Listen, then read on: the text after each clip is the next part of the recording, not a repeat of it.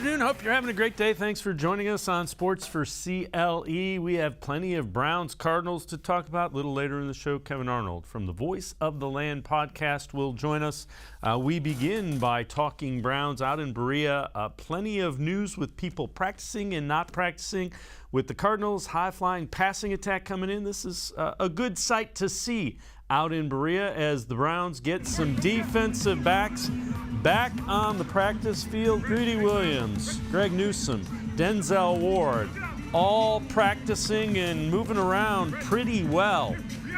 So that is good news. That coming courtesy of Twitter via Mary Kay Cabot. All right, some news that is not as good. Kareem Hunt, Nick Chubb, Jadeveon Clowney, Myles Garrett, Tack McKinley, David Njoku, Malcolm Smith, Jack Conklin, J.C. Treader all did not practice. Jarvis Landry, who's been on the IR, ran some but was not involved in team drills. Kevin Stefanski did not rule anybody out. On the other side of the things, Chandler Jones from the Cardinals on the COVID list, so he is questionable for the game on Sunday, 4 o'clock over at First Energy Stadium. Let's welcome in Jeff Phelps from 92.3 The Fan, as well as Browns Radio Network pre- and post games. And Jeff, if ever there was a game where you wanted some cornerbacks to be available, it's with DeAndre Hopkins, Rondell Moore, and all those guys running all over the field for the Arizona Cardinals. Christian Kirk, A.J. Green, what the heck? They can get it done. So, yeah, I agree. And Kyler Murray will challenge you. So it was good to see Mary Kay's video, Dave. Good that they're out there. And if you're out there on a Wednesday, chances are you're going to play on Sunday. Like that.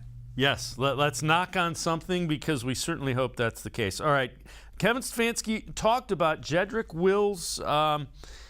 He was available, practiced some, did not go through all of the drills, and Jadeveon Clowney and just where they are health-wise. You got to make sure you're doing your work in the training room, and then, some of it is luck, quite honestly, with him. He's gotten rolled up there a couple times, so hopefully he's feeling strong and feeling good, and we'll be excited if we can get him back out there. With Jadeveon, the knee popping up Sunday before the game, is that something that every Sunday you're going to have to kind of worry if he's going to be good to go? Yeah, I hope not. Obviously, he has a injury history there, but that's just with any of our guys. I'd tell you, Scott, when they work out pregame, and they are feeling something, you got to go with what they're feeling, and he didn't feel like he could go. So I think he's feeling better, but certainly with everybody, that's why you do those. That's why every player goes out there on the field pregame to make sure they're feeling okay. So again, Jedrick Wills did practice some. No indication that he went through the entire workout, though. Again, the Browns need Wills, Conklin. You don't want to go into a game where J.J. Watt is on the other side of the field and you have your third and fourth tackles lining up trying to block him. And I wonder, Dave, what that does, if you're going to go in game planning wise, and if you're the Browns, you're going to use the running game, right? You're number one in the NFL. I wonder if Kevin Stefanski is confident running the football without his starting tackles out there. We hope we don't find that out. Hopefully Jed Wills is good to go, and we'll see about Jack Conklin. But I wonder what that might do to this offense. On the other hand, I think you'd probably be more apt to run it, which, protect Baker Mayfield a little bit and don't let those tackles get burned by a pass rush. So I think, depending on that injury report, we might see a little different game plan. But I'm not really sure what it would be. Which way does Kevin Stefanski want to go with that? I'm not sure. Well, the flip side of it is the Cardinals' run defense is about like the Chargers was. It's near the bottom of the NFL. So I would figure that factors into it as well. I would think so. I don't see how you go into any game if you're the Browns thinking that pass is your priority. I just don't think, I don't care how bad the other team is. What's your strength? Your strength is running the football. So what do? I think you go out and you try and establish the run each and every game and pound it until they slow you down for any length of time. I wouldn't understand why that's not your thinking. And it pretty much has been, I think, for Kevin Stefanski. In most of his games as head coach, Dave, he's not been shy about running the football, and I think that's smart. It's the way he should do it. Well, the other thing that always grabs the headlines, Odell, his contributions to the offense. Not big numbers as far as receptions go, only a couple for 20 yards in the game against the Chargers. But Baker Mayfield talked about that topic and the things that Odell means to this offense. For one, the run game, like you mentioned, he was off the charts physicality-wise. We talk about our identity is run first. We're a physical team. We're trying to finish people in the run game and dominate that. And you go back and watch him in the run game, he's physical. And you do that, and then go look at Rashard Higgins' touchdown. See how many guys are covering Odell compared to Higgy, and you'll see exactly what kind of value he brings to us. And so whether it's numbers on the outside, whoever wants to put a label on it, we're just trying to win ball games. And however that comes, if teams want to roll coverage over the top, he understands that's going to happen. And so we have to take advantage of his opportunities when they're there, because they're not going to come that often. And so that's the emphasis right now. And the answer to that is 3. There were 3 defenders who went to Odell when Higgins was all alone on his touchdown catch. He brings an explosive nature to the offense that they haven't been able to use yet. I mean, that's untapped, and it will probably. Yeah. Do you think Jarvis Landry coming back helps that? I got to believe it does for Odell. I would think. Yeah, I would think, Dave, we haven't seen Jarvis and Odell on the field together this year yet. And, I don't know if people even realize that, but we haven't seen that yet. So what happens when they get back on the field together? I don't know. And I understand it. You understand it. Anybody who watches the NFL understands wide receivers have to block. But when you hear your star quarterback talk about a former Pro Bowl wide receiver and blocking well on the running game, it makes you think, boy, I've got a fabulous looking car over here. What a great paint job on it, but it can't run. You know what I mean? It's like, well, great. I'm glad our wide receiver can block.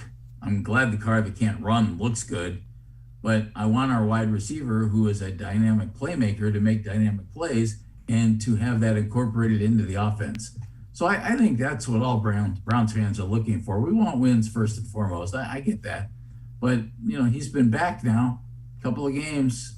And have the Browns won every game? No. Has he looked pretty good? Yeah, he has. His 3 games in, they're 2-1. But I don't think, Dave, in fact, I think the best game where he was most incorporated back into the offense was his first game back. And I don't understand how it hasn't taken off. And I know they didn't practice together much because, he was coming back from his knee and all that. I get it. You get it. They say game reps are different than practice reps. Sure they are. I just don't get, since he's been here, how it hasn't really worked. And I would assume they're equal parts of coaching, quarterback, receiver, who knows everything else. But man, it's stunning to me that he hasn't become a regular key contributor on the offense, more so than as a guy who's attracting 3 defenders or a guy who's doing a great job of blocking downfield. Yeah, I would agree. It's kind of like driving a NASCAR in a school zone. I mean, what are you doing? What are you doing with it? Yeah. What's the sense? Yeah, I gotcha. What's the sense? All right, Pro Football Focus, because you like them so much. This tweet: most missed tackles. I do. I love Pro Football Focus. Most missed tackles forced this season. Nick Chubb, 28 forced missed tackles, 90 attempts.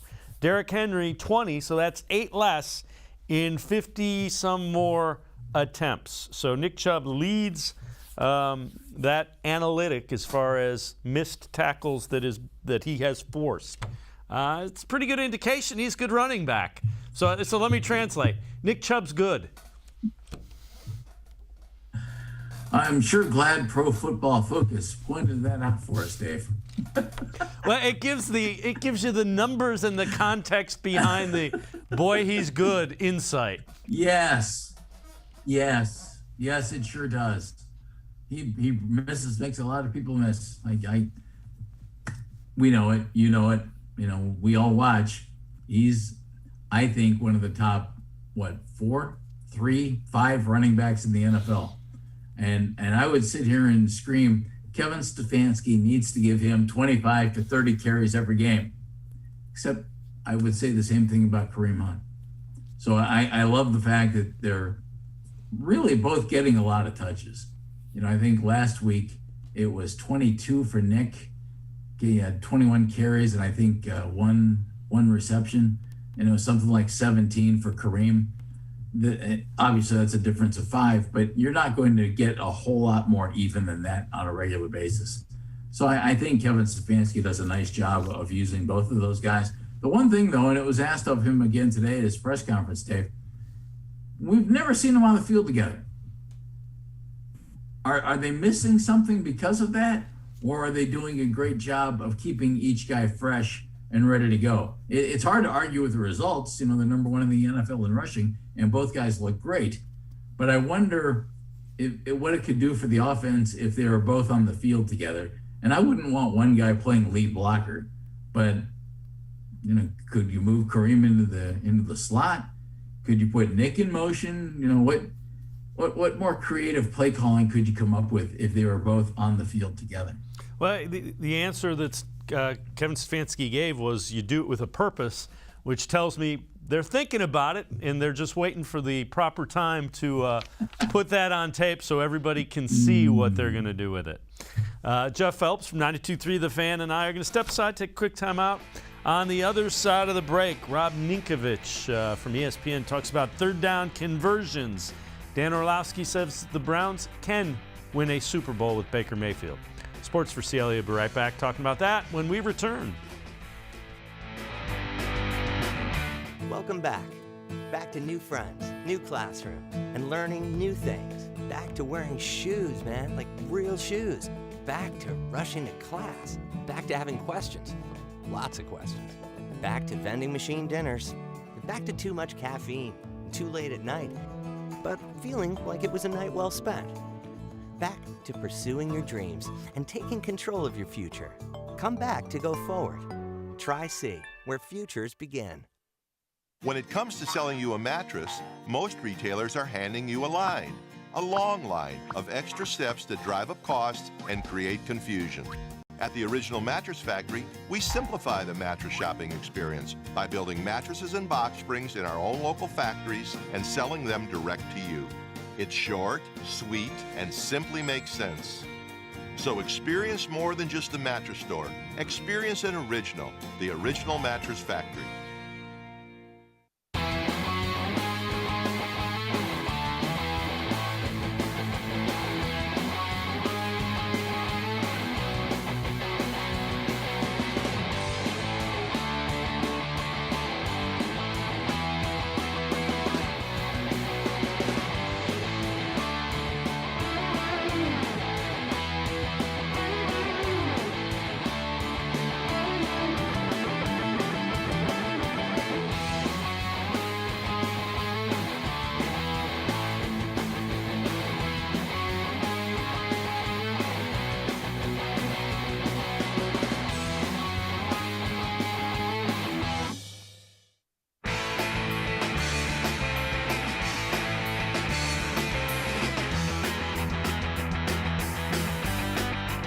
We continue talking Browns football with Jeff Phelps, 92.3 The Fan, Browns Radio Network, halftime and post-game shows.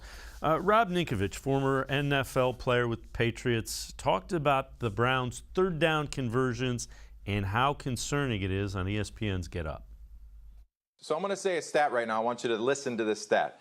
The Cleveland Browns are 6 for 29 in completing passes on third down. They're 6 for 29. They're tied for 30th in the NFL for completing a pass on third down, of third and medium to third and 10. So 6 for 29 in the playoffs.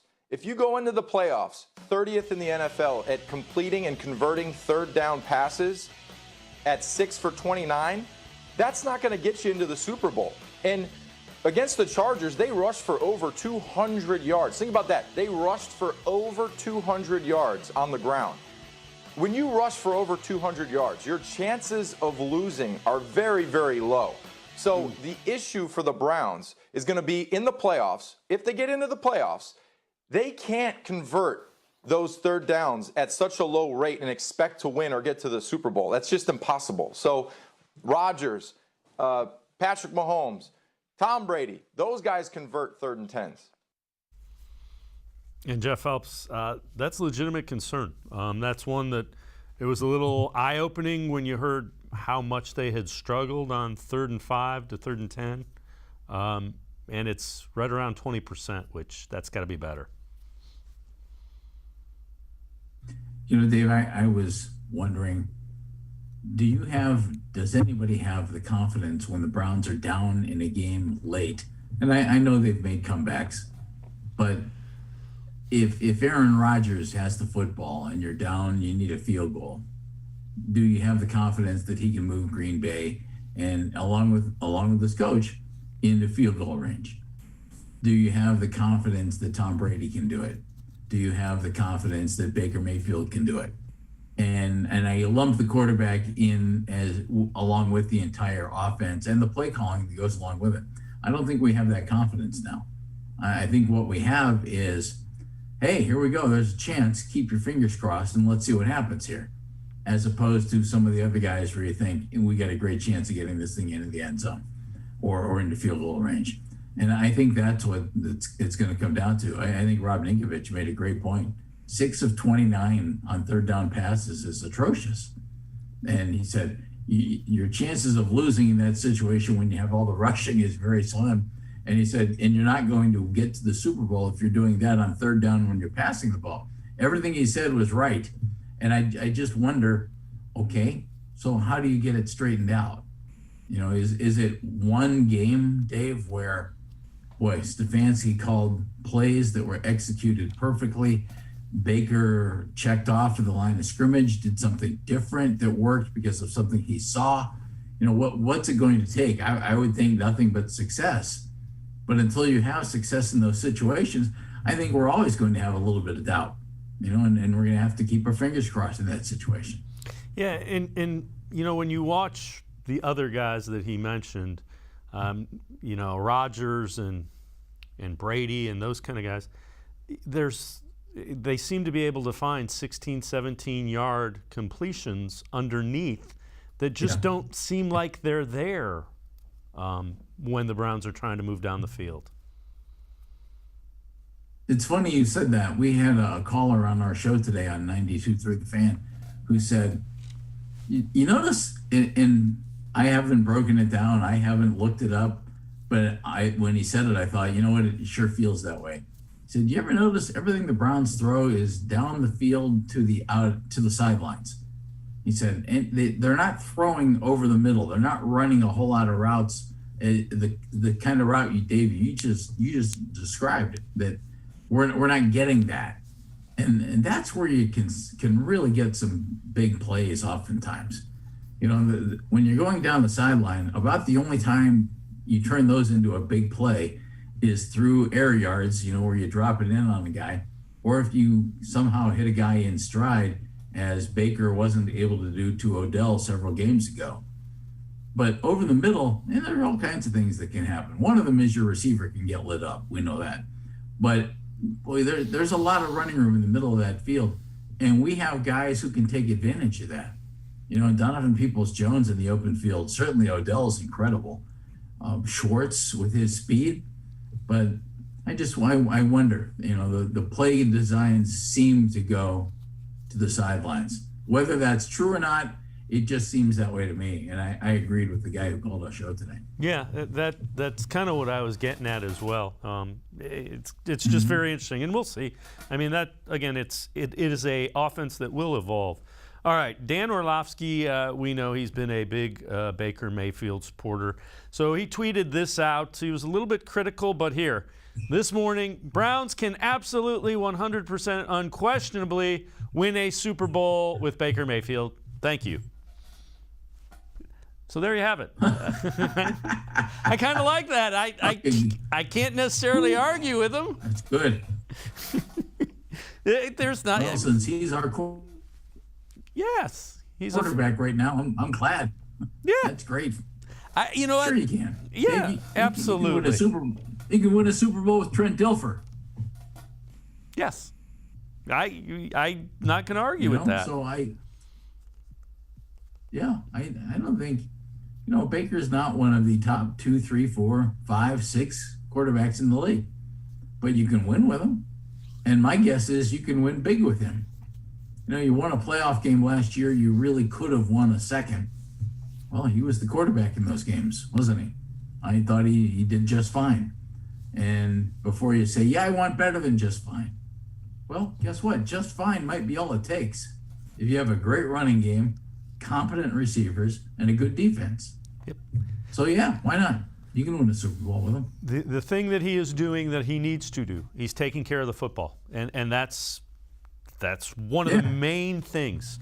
Well, the other thing that's very interesting, the Browns lost to the Chargers, have not lost back-to-back games under Kevin Stefanski, with Kevin Stefanski as head coach. Now, again, it's a year and 5 games sample size, but that's still something to be said for not losing back-to-back games.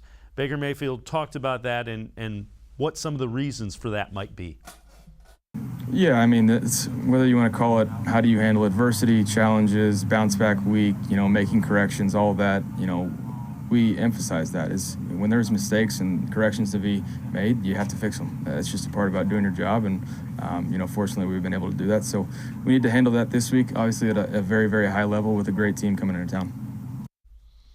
And that's one thing, and the thing that was impressive was first game as head coach last year, the Ravens, that got away from the Browns. They came back and won in the second week, and that was kind of a message that has been repeated regularly. They go from week to week pretty quickly and pretty seamlessly. Well, they better, and they have. And, Kevan preaches that, Dave, and it sounds so cliche, but I've always thought, well, what choice do you have? There's nothing you can do about the one you just lost except learn from it, and you have another one this week. So they do a nice job of bouncing back in that regard. I think that's a lot of the maturity of the coaching staff, and I don't mean age, I mean approach. I think they have a really good approach to things, and Kevin Stefanski does as well, and that goes to his players. So, and Dave, you're also talented enough that you're not going to lose a whole lot of games in a row. I don't think. When you have a running game like the Browns have, I think it'd be really tough not to play a good game 1 out of every 2 games. That might be a little trite, but I do. I think their running game is so good, and if all else fails, snap it to the quarterback and he hands it to one of those 2 guys. How difficult is that? It's not. You can't overthink this stuff if you're the Browns, and that I think is one of the reasons for their success and their consistency in not losing 2 in a row during the regular season. Jeff Phelps from 92.3 The Fan and I going to step aside, take a quick time out. On the other side of the break, we head to the voicemail of Truth and Reason, and we'll also talk about punting and analytics. Sports4CLE will be right back. Stay with us. The Ohio Lottery Partners in Education program recognizes role model students and teachers from across Ohio. Nominations can now be done completely online. To nominate a deserving teacher or student, go to ohiolottery.com. In the About section, find Partners in Education. There you will find links to the nomination forms. Students, kindergarten through 12th grade, can be academic all-stars. Teachers can be honored as a Teacher of the Month. The Ohio Lottery Partners in Education, where stars shine.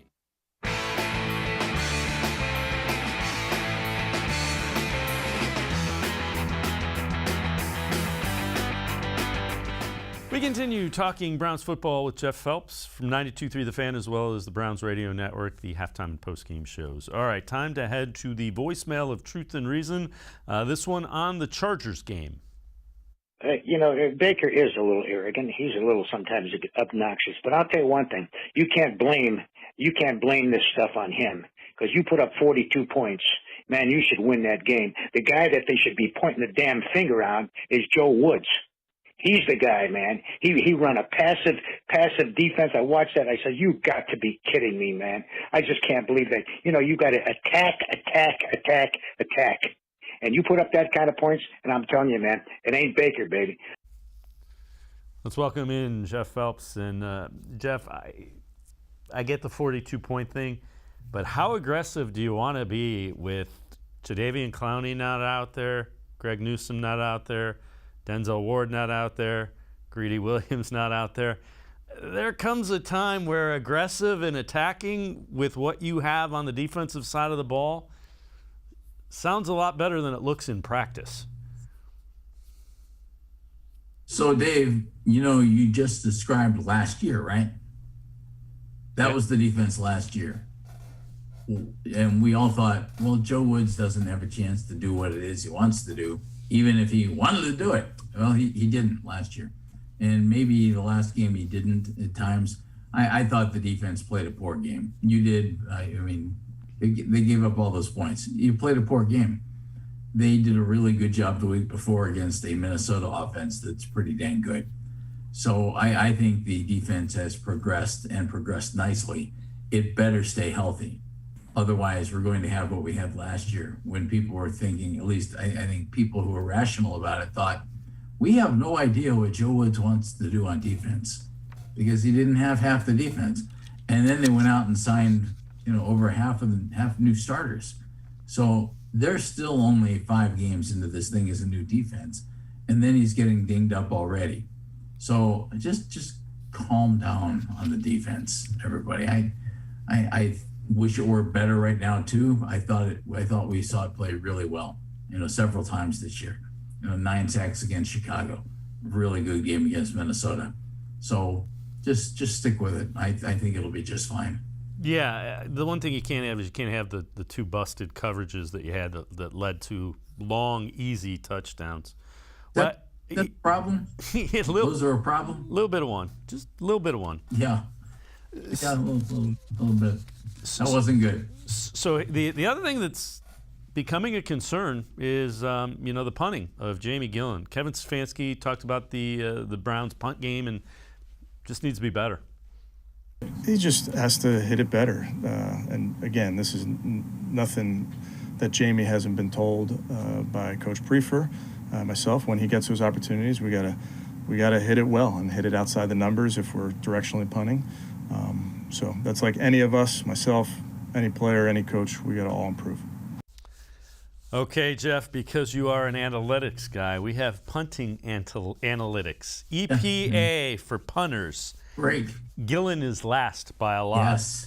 It measures, it's football statistic that seeks to measure the value of individual plays in terms of points, done by calculating expected points of the down distance, field position at the start of a play, contrasting it with the situation at the end of the play. And there you see the punt runs is the Twitter handle, which we liked very much. Because we analyze everything on Sports4CLE, Jeffrey. You see that Browns helmet at the bottom? Yeah. That's not what we're looking for in the punt game. Yeah, all that orange. That's not what you want. I thought it was interesting when I heard him say that today. I'll be honest, Dave. I haven't given much thought to Jamie Gillen this year, other than the ball hitting him in the hands and him not catching it. And against Kansas City, that's the only thing. That's all I thought of. And I thought, come to think of it, it doesn't seem like he's been his usual self. And I looked it up. His punting average, this is year number 3, has gone from 46 yards as a rookie, 44 yards last year, down to just under 42 yards this year in year number 3. And forget all your fancy graphic stuff. It's really impressive. I'm glad you explained it, and it was good to see all the orange. I saw that. Here's another one that simplifies it for this stupid little mind. Only one kicker in the NFL has a lower punting average. So he's apparently not doing a good job. Well, we took the analytical approach to it so we could back it up. So we do that. All right, Pro Football Focus. Can I share an old story? Sure. Before you move on, can I share an old story real quick? Mm-hmm. You and I worked together at Channel 43 with Ron Jans and with Gib Shanley. And Gib was the legendary voice of the Browns, had been around forever. Do you remember what Gib used to say about punters? It's the same thing as kickers. You only need 32 of them on a planet with several million. Why can't you find one? There you go. He said, we have over 300 million people in this damn country. How can we not find 32 guys who can punt the football? Yep. It is amazing that there's such a disparity in averages and everything else. I mean, there are only 32 of them. Wouldn't they all be pretty comparable?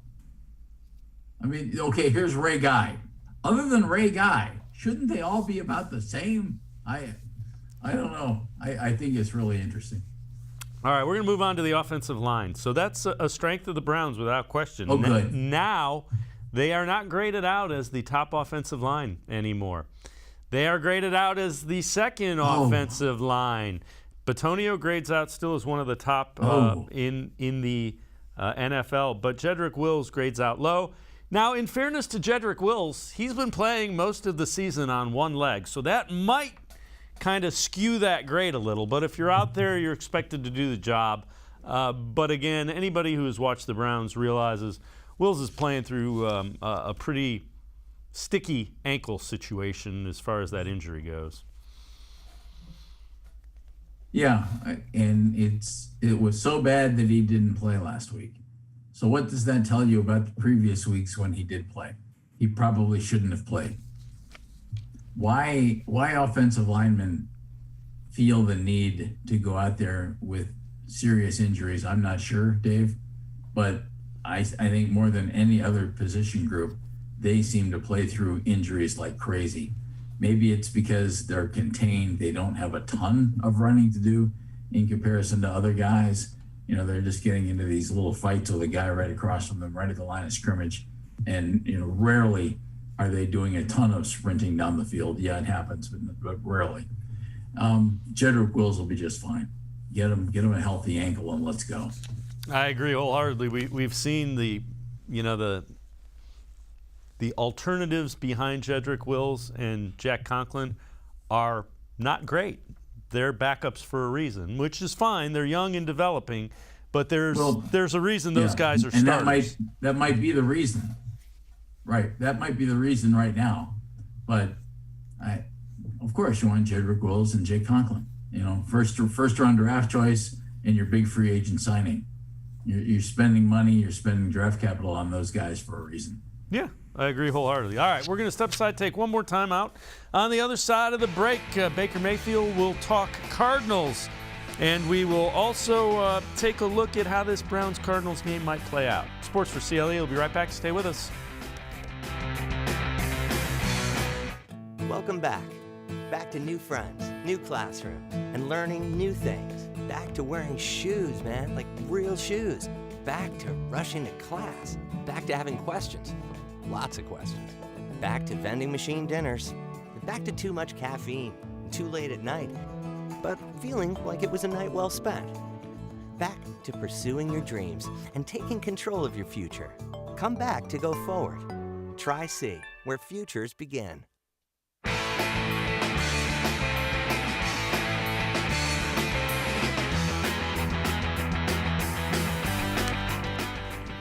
We continue talking Browns.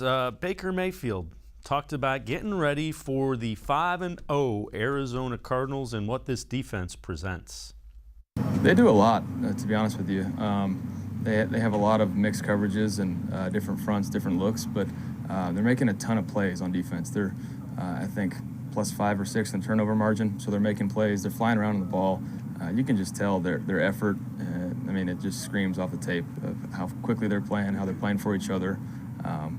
Obviously, you got your guys that are really talented up front. There's no doubt about that. But in the back end, you got Odell Baker who's flying around. I mean, he'll be in one spot and make a play on the other side of the field. They're playing at a high level right now.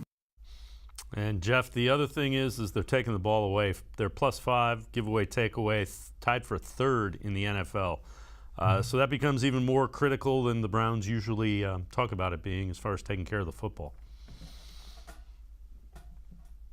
Yes, I like Arizona's team all the way around. They're kind of fun. I think they're a fun team to watch. I don't know, Dave. They're certainly a 5-0 team right now. I don't know if they're a 10-2 team.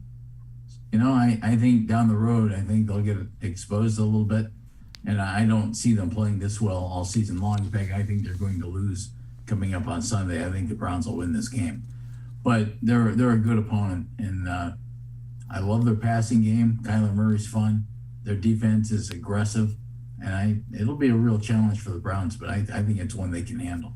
Yeah, and we'll get into that in a minute, but I agree. Kyler Murray could be a problem. That's the one thing that every defense has to be concerned about is he can get out and be a problem. All right, Pro Football Focus, your favorite. We always throw in lots of Pro Football Focus. Odds to win the Super Bowl. And take a look at this. So the Bills, 17%. Buccaneers, 16. Browns, 9. Cardinals, 8. So those are the favorites to win the Super Bowl via Pro Football Focus. Tells you the Bills looked pretty good. I saw them against Kansas City, and they're playing well. I like their defense. They're really aggressive. And I think Josh Allen is one of the 3 best quarterbacks in the game. And regardless of young or old, I think he's outstanding. And they have Stephon Diggs, who's been kind of quiet so far this year, but their offense is multifaceted. They can run the ball a little bit. Josh Allen gives them the ability to run the ball a lot. He's really good. And I think he throws it really well. So I think they're a real team to watch in the AFC. I think the Browns might be a little high on that. Do you think? I know the Browns weren't high on them, but for instance, maybe. Wouldn't you put Kansas City above the Browns even now? Probably. There's just a lot. I want to see how that defense comes together and plays in a couple of weeks. I have a sneaking suspicion that the Browns if you can play defense and you can run the football, you're going to win a lot of games. And we know the Browns can run the football. Yes. And if that defense approaches the way they were against the Bears and against the Vikings, they deserve to be in that short list for the AFC Championship game. All right. Short list, I'll give you. Third highest Super Bowl team. I don't think so. Well, that might be fair. That might be fair enough. All right. So there's been a lot that has been made about Baker Mayfield being a Super Bowl quarterback. This one comes from Johnny Ohio. These are the last 10 quarterbacks to play in the Super Bowl. So Tom Brady has as many as anybody else combined, just about. Then you got Patrick Mahomes, Peyton Manning, Russ Wilson, Eli Manning, Joe Flacco, Colin Kaepernick, Cam Newton, Matt Ryan, Nick Foles, Jared Goff, and Jimmy Garoppolo. So, having said that, yes, Baker Mayfield can certainly take a team to the Super Bowl. Yeah, I'd agree. You see Brady's name there, and other than Tom Brady, you had a couple of guys who made it twice. So it's a quarterback, Dave, in and of himself is not going to get a team to the Super Bowl. Dan Marino is proof of that. And a quarterback, if you don't have one, isn't going to keep you from winning a Super Bowl. And Trent Dilfer, I think, is proof of that. So if you have a guy who can play a competent quarterback on a team that has a really good defense and a good running game, you can win the whole thing. Why not? And I think Baker's better than competent. Yeah, I would agree. And you know what? Again, let's see how he's in a critical this year, next year, kind of critical development years for him, just because he was in so many dysfunctional systems earlier in his career. And we'll leave it at dysfunctional. So, as you look at the Browns and Cardinals game, how do you think this one plays out? You and I both said we both think the Browns probably win this, but how do you see it playing out? Mm-hmm. I would bet it's a little tighter game than the game we had against the Chargers. And I say tighter. I should have said lower scoring. Even though the Cardinals are explosive, I don't see this being a game that ends up in the 40s. Maybe 31-28, something like that. Maybe 27-24, that type of a game. I think both defenses will play a little bit better than the defenses did in the Browns-Chargers game. But I think the Browns win it, and they'll win it because they will dominate on the ground. And man, I sure hope, just because I want to see it, I hope Odell Beckham has a terrific game. Yeah, I think there's that David Njoku type of game from the Chargers last week that will pop up at some point in time where he'll get loose and catch a couple of deep ones and end up with a couple of touchdowns and 140, 150 yards. I can certainly see how that happens. Yeah, I agree. Yep, I think so too. Jeff Phelps from 92.3 The Fan and the Browns Radio Network. As always, appreciate the time and the insight. Thanks very much. All right, bud. Thank you for having me. All right, Jeff Phelps. Make sure you listen to him, 92.3 The Fan.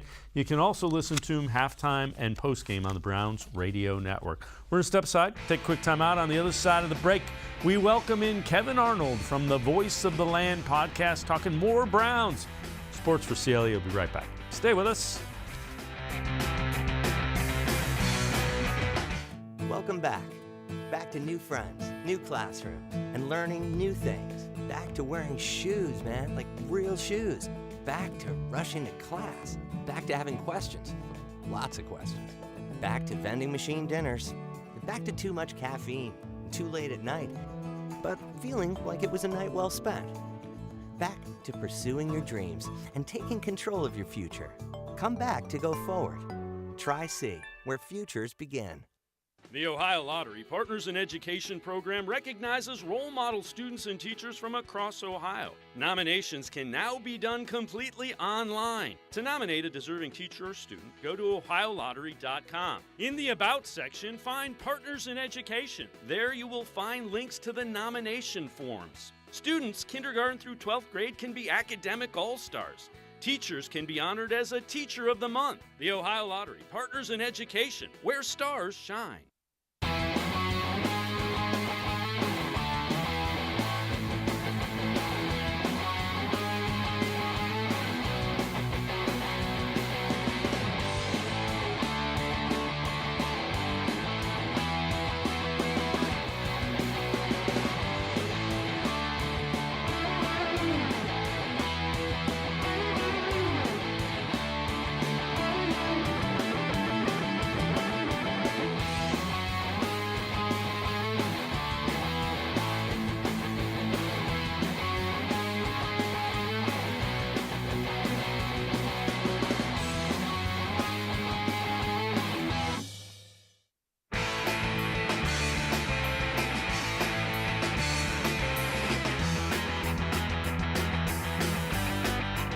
We continue talking Browns Cardinals. So Stephen A. Smith on ESPN's First Take responds to Baker Mayfield's Instagram who responded to Stephen A. Smith saying Baker ain't taking the Browns to the Super Bowl. Let me be very, very clear, because I want to make sure everybody understands something. I lamented Baker Mayfield when he had more progressive commercials than wins. That's no longer the case. Yep. This brother has accepted that leadership role. He is not a scrub. I admire and respect him and how far he's gotten in his life and his career, considering some of the troubles that he had when he was younger. This dude is something special, and I get all of that. What I'm trying to say, Marcus, is that so much time we spend on focusing on the individual, and we don't spend enough time focusing on the level of competition they're going up against. Did you see the show that Lamar Jackson put on Monday night? Did you see the show that Josh Allen put on Sunday night? Did you see the show that Justin Herbert put on Sunday afternoon? Do you know anything about Patrick Mahomes? I'm giving you 4. I didn't mention, Tennessee and how they've come on as of late. Talk about 5 different teams you're going to have to contend with. But he's not playing Patrick Mahomes, and he's not playing Lamar Jackson. He's playing the Ravens and the Chiefs defense. Let's welcome in Kevan and Arnold from the Voice of the Land podcast. I like Stephen A. Smith. I find him entertaining. I don't often agree with him, though, and Baker Mayfield's not trying to beat Lamar Jackson. He's not trying to beat Patrick Mahomes. He's trying to beat the Chiefs defense, the Ravens defense. He's a guy that knows what he can do in this offense. Kevin Stefanski is set up for him to be that kind of quarterback. And let's not just look at the end of that game. Baker Mayfield had a great game on Sunday. It just came down to the last couple drives they did not execute. And he has said that many times. He has been the one to come to the forefront to say they didn't execute. Like you, Dave, I enjoy Stephen A. Smith from time to time, but I often don't agree with him. And I can't really watch him anymore, as much as I respect where he's come from and his journey to the industry that I'm trying to join myself. I respect that. I learn from that kind of history. But when you're just a person that is just about shtick and you got one take and you're going to stick with it no matter what, you're going to find any sort of way to get your take to fit the mold and be able to keep making that argument. It's not even that I don't even agree with him. It's just so stale. I can't tune in because you won't be open when people that you are against show that they can do more than what you thought they could do. And it's just stale. It's played out, and I can't handle it. It's a lot of the conversations that you see on Twitter right now too. Browns Twitter has been back and forth themselves. Right now, it's about how this team can finish games, and that's mainly on Kevin Stefanski to figure out the play calls and put the ball in the hands of Baker Mayfield. Let's see what he can do now that he is a different quarterback from the one that we had the first couple of years. Yeah, I mean, and again, the thing that's missing from Baker Mayfield is that drive that is in a big game that most of the country is watching, where he goes down and completes a couple of big passes. The Browns come away with a win. Once he does that a couple of times, it'll finally the noise will go away, and nobody knows that better than Baker Mayfield. One of the things that is concerning about the offense, and I get the reasons for it, but there isn't a lot of explosion and big plays coming from the Browns wide receivers. Here's Kevin Stefanski on that topic. No, I don't really think of it specifically that way, Tony. I think we have room to go as an offense for sure, and we want to be explosive, run and pass. I don't think we'd say we have to do it this way and it has to come through the run. We've never talked about that. That's not what we believe. We believe in being explosive any which way we can. Now, opportunities will arise off of the run game, off of the run actions, off of the keeper game, and when they do, we got to make sure that we make it count. And the flip side of that is you don't necessarily have to play action when you're running for 200 yards a game. I do get that, but for the offense to be complete, they need to hit some of those play action explosion plays. It's how the Chiefs were able to beat the Browns in that playoff game and even not having Odell Beckham Jr. or a wide receiver that could take the top off the defense like Mike Williams did to us and cause confusion in the back end of that secondary twice on Sunday against the Los Angeles Chargers. We didn't have that kind of guy, and we do now, but they haven't found that sort of rhythm or chemistry or however you want to phrase it yet on the field. But the Kansas City Chiefs were able to just keep everything in front of them and take care of things down in the red zone or make that big play to get the stop. It was bend but don't break, and that works against a team that's just kind of dinking and dunking. Now, Sunday, Baker Mayfield did exactly what he said his job was to do. Put the ball in the hands of your playmakers, and David Njoku became a playmaker all day on Sunday and allowed them to go to work. And David Njoku went to work, and that's why he was able to run for 50 of the 71-yard touchdown pass that Baker Mayfield will have to his stats. But you also see that around the NFL too. So it's not a problem, but it does make things easier for defenses to scheme against you, especially when you get into these big moments, big games, and playoff games down the road. So Pro Football Focus tweeting out yards per attempt leader, and And Tony Pollard of the Cowboys, 6.4. Then it's James Robinson, Nick Chubb, 5.8. And this kind of ties into the point. If somebody is getting you 5, almost 6 yards per carry, just keep giving the ball to them until they figure out a way to stop them. I mean, don't overthink it. It's not complicated. Yeah, there are times when you watch games, Dave, where it seems like the Browns, whether it is Nick Chubb or it's Kareem Hunt, they're getting these 5-6 yard runs a pop, and they'll go to it a couple times, but they don't keep going to it until it stops. They kind of try to put the pass in because they feel like they have to put a pass in. They have to put that play in there to put the ball in the hands of Baker Mayfield to help him keep all these naysayers off his back. The naysayers are going to be there no matter what. You're never going to please everybody. But if it's working, if the run game is working, let Baker Mayfield turn around and hand it off until they show that they can stop it, get a tackle for loss or tackles at the line of scrimmage. And then when you get behind the chains on 2nd and 3rd down, then you can start getting in a rhythm. If you want Baker Mayfield to be able to complete those passes, then, yeah, do what you did on Sunday. Get him in a little rhythm, little bubble screens to start the game. But as that run game starts to take over, as that offensive line starts to wear on those defensive ends, defensive tackles around the league, and you start getting 5, 6, 7 yards, just keep going. What they always say, what ain't broke, don't fix it. Kevan Arnold from the Voice of the Land podcast, and I'm going to step aside, take a quick time out. On the other side of the break, we'll take a look at Pete Prisco's power rankings, also his prediction for the Browns-Cardinals game. Sports for CLE will be right back. Stay with us.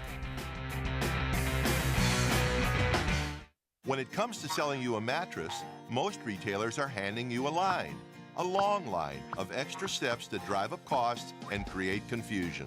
At the Original Mattress Factory, we simplify the mattress shopping experience by building mattresses and box springs in our own local factories and selling them direct to you. It's short, sweet, and simply makes sense. So experience more than just the mattress store. Experience an original, the Original Mattress Factory.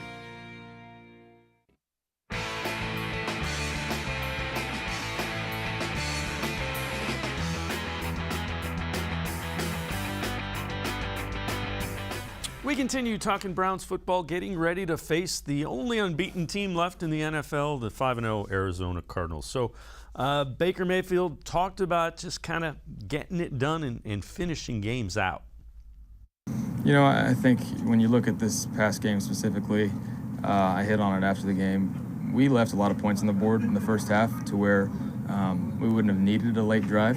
So to us, it's about execution. It always comes down to that, whether it's the last drive of the fourth quarter or early on in the first half. You have to be, hyper-focused on those little details to be able to execute your offense no matter the circumstances.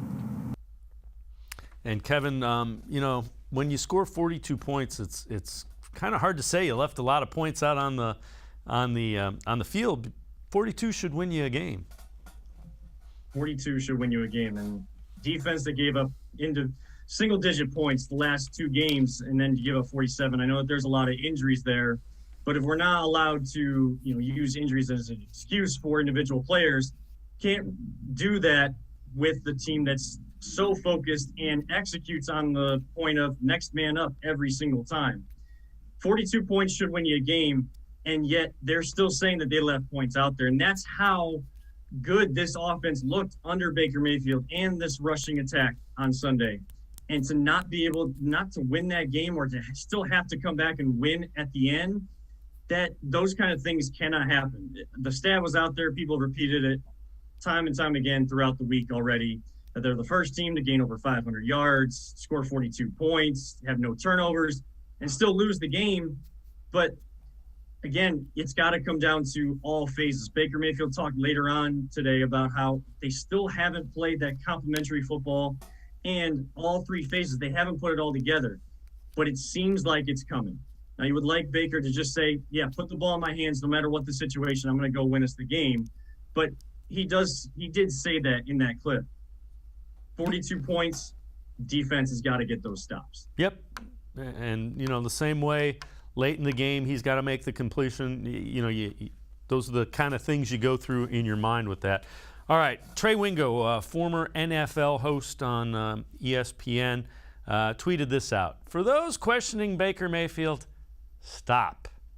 The Browns scored 42 points, had over 500 yards, no turnovers. He wasn't and isn't the problem. Really hard to argue with that, Kevin. I mean, I don't see how you do argue with that. It's being willing to tell us the whole story, and I think that's where people like Stephen A. Smith, because he's not the only one. We had him as the example today, but he's not the only one where all they want to talk about is what Baker didn't do. Well, what did Baker do? Baker got this team to 42 points in that game and answered all the naysayers that his shoulder was going to be a problem and that he couldn't complete passes, that he completely lost his accuracy that he came into the league with. They were done with the people almost being done with him. You can't win games if you're going to give up 47 while your offense is still scoring 42. And you're going to give up a 4th and 2 on a team that, yeah, they're using analytics, but you can't give up a 4th and 2 deep in their own end. You need to get that ball back for your offense to then go add to that point total and finish things off. You got to get off the field. Was 3rd down last year. 4th down was a problem this past weekend. So Baker had mistakes. The rest of the team, the defense had mistakes. The special teams had mistakes. We just have to make sure we tell the whole story every single time we have these conversations and not just pile it all on one player, because that's a lot, and that's just frustrating and annoying to listen to all week long. Yeah, I would agree. All right, Pete Prisco came out with his power rankings. Cardinals number 1, according to Pete Prisco. Bills 2, Packers 3. Rams, Chargers, Buccaneers 4, 5, and 6. Cowboys, Ravens, Browns down at number 9. He also predicted this week's game, and he has the Browns winning by a score of 28-23. One of the best games of the week.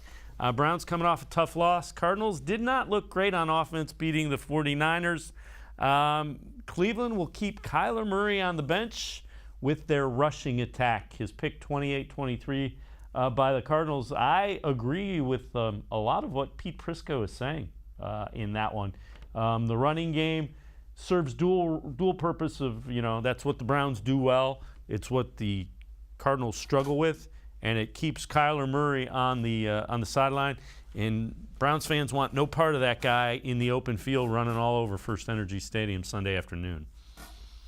Well, especially as Joe Woods tries to figure out which pieces are going to be where and who's going to be able to play or not this coming week with the defense. So it's not even some people may take that as they may even take that argument as a shot at Baker Mayfield that, they're only going to run the ball. They're not going to put the ball in the hands of their quarterback.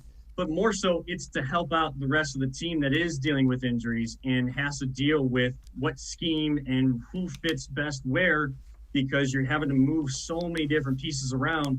And we know how electric Kyler Murray is and how early on in the season, the Browns have had difficulty against quarterbacks that can run or at least mobile enough in the pocket to get out. They notice those lanes and they have the speed to back it up. And Kyler Murray has that type of athleticism, but he's also learning how to read defenses. They have some talent on that offensive side of the ball. They, like the Browns, spent money to go for it this year, and they have had that success. The Browns team that could be 5-0 just like them, they haven't learned how to finish games. Browns need to finish in this one, and I think that they have the opportunity to win just because Arizona's 5-0. The Browns are a top 10 team in this league and have top 5 to top team potential if they can put it all together. That's going to be the biggest thing. Put it all together and finish.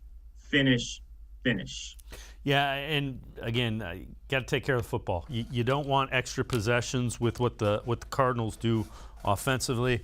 And we mentioned Kyler Murray. That's a guy that was a top 10 pick in Major League Baseball draft, top pick in the NFL draft. That's a pretty special athlete. So yeah, nothing wrong with keeping him on the sidelines. Kevan Arnold from the Voice of the Land podcast. As always, Kevin, thanks so much for the time and the insight. Appreciate it.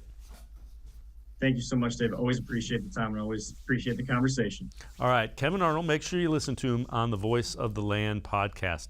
That'll do it for this edition of Sports4CLE. We will be back here tomorrow.